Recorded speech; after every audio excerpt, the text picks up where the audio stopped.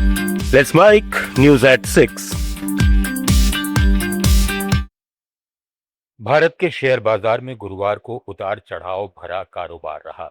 शुरुआत में सेंसेक्स 250 अंक तक चढ़ गया था, लेकिन अंत में बिकवाली के दबाव में सेंसेक्स 122 अंक गिरकर 77,988 के स्तर पर बंद हुआ।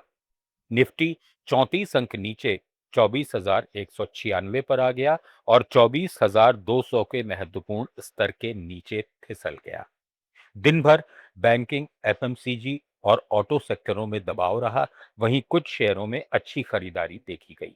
टॉप गेनर्स में हिंडाल्को, अडानी पोर्ट ट्रेंट और अडानी एंटरप्राइजेज जैसे शेयरों में 1.5 से 2.8% तक की बढ़त दर्ज की गई, जबकि नुकसान वाले शेयरों में ओएनजीसी, भारती एयरटेल और एचडीएफसी लाइफ इंश्योरेंस में 1.5 से 1.6% की गिरावट आई।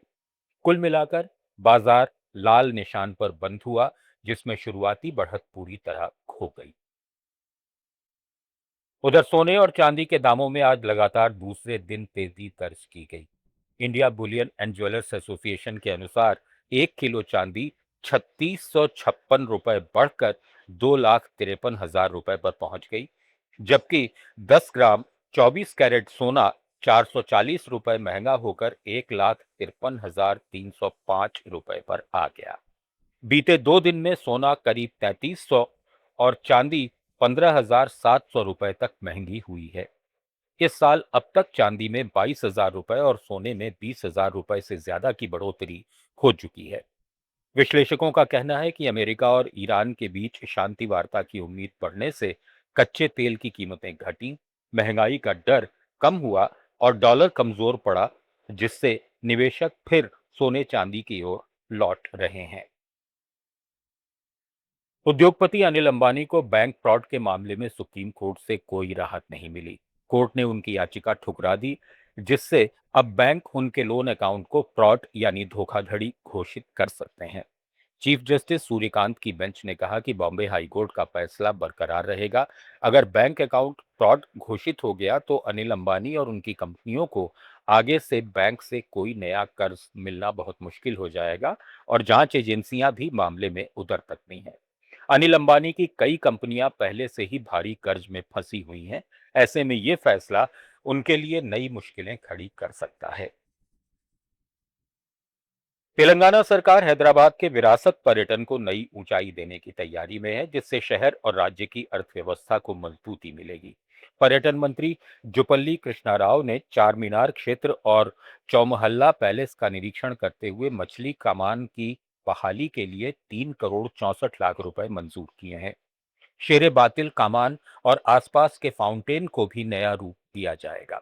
नई पर्यटन नीति के तहत पीपीपी मॉडल से इंफ्रास्ट्रक्चर सुधारने की योजना है, ताकि पर्यटकों की संख्या बढ़े, स्थानीय होटल, ट्रांसपोर्ट और दुकानों की आमदनी बढ़े और नए रोजगार सृजित हों। सरकार का लक्ष्य हैदराबाद को वैश्विक पर्यटन गंतव्य बनाना है, जिससे राजस्व बढ़ेगा और विरासत संरक्षण के साथ आर्थिक विकास को गति मिलेगी।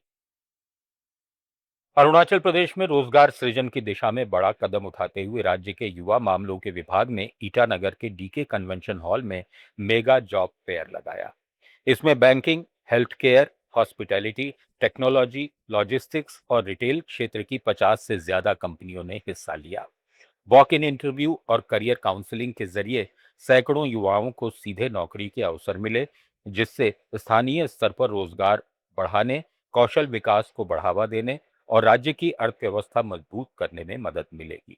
पर्यावरण और वन मंत्री वांकी लोवांग ने उद्घाटन अवसर पर कहा कि ये पहल युवाओं को बेहतर मौके देकर उन्हें राज्य के विकास में योगदान करने के लिए प्रेरित करेगी।